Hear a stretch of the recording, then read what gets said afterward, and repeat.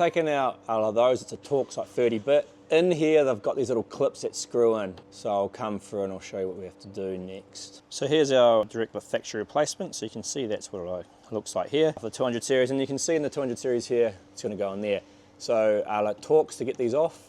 And then I'll explain the next step that is a bit of a pain. We've got to actually pop this inside trim off, but I will show that to you. All right guys, today we're just going to cover the video of us upgrading the reverse camera here. You can see that's the quality it currently is. I'll also drop it down so you can see the factory position in a second. I'll come back in so you can compare it to the old one. This is direct factory replacement. That's for AHD quality.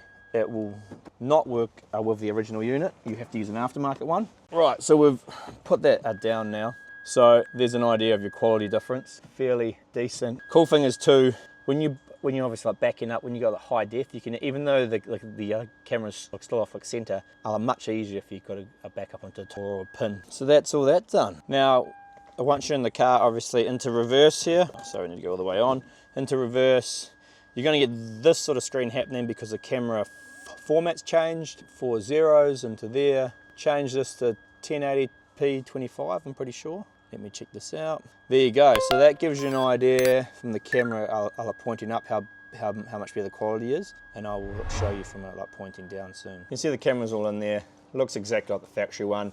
So all I did was I put the Torx screws back in. That's a T30. Screwed it back in, and I put that interior plate back on.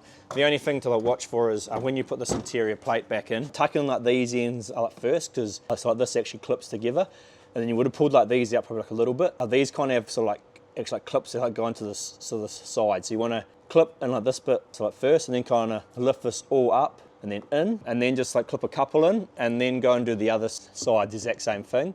And then once you got both sides, and then you can go boom, boom, boom, boom, boom, boom, boom, boom, boom, put all the clips back in, and you got a beautiful new camera in. Awesome. Put the boot down there so you can actually see. And your aftermarket one has to be able to take AHD input. It won't work with the Saharas or the higher end 200 series that had the satin up the top. Even if you only got just a reverse camera, or if you had the 4 cameras, because they're going to a little box down there. So Sahara, I think it's just Sahara, it won't work with. We will hopefully come up with a new 360 camera for that sort of system. Right, so that was actually my best one so far. So you can see what these clips are. They've got those 2 little things in them. So I actually put a plier on the back end, so in behind here, from obviously inside the trim. Then I got one of our trim tools on them.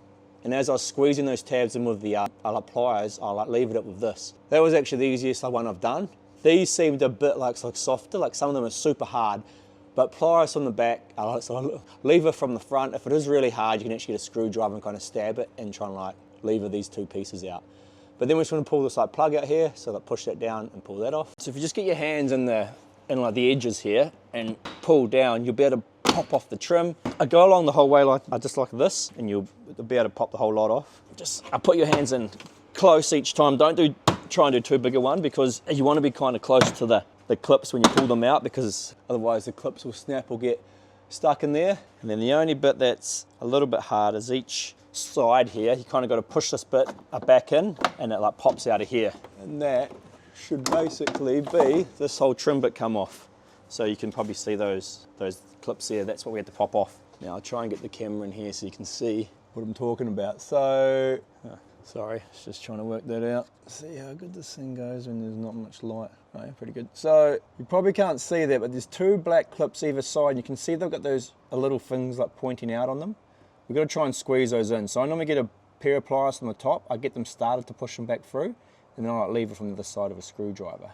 Then we just need to take the camera out. So these do feel a bit softer than some I've done, so I'm not sure if that was why. You got 2 small Phillips heads here. Just spin them out. 1, 2. Old camera will slide out like so. Our camera will slide in the same way, so you can see they do have a little head thing on them. Slide that in, fits in all how it should, and we'll put these 2 screws back in, and we'll be away. Probably easier. These are quite small to put them in and get them started while they're still in. And that's the easier way to do it. If you get them in and then get them started, then you can just screw them the rest of the way in. So you wouldn't even be able to tell once this is in externally, actually looking at it, that it's a different camera.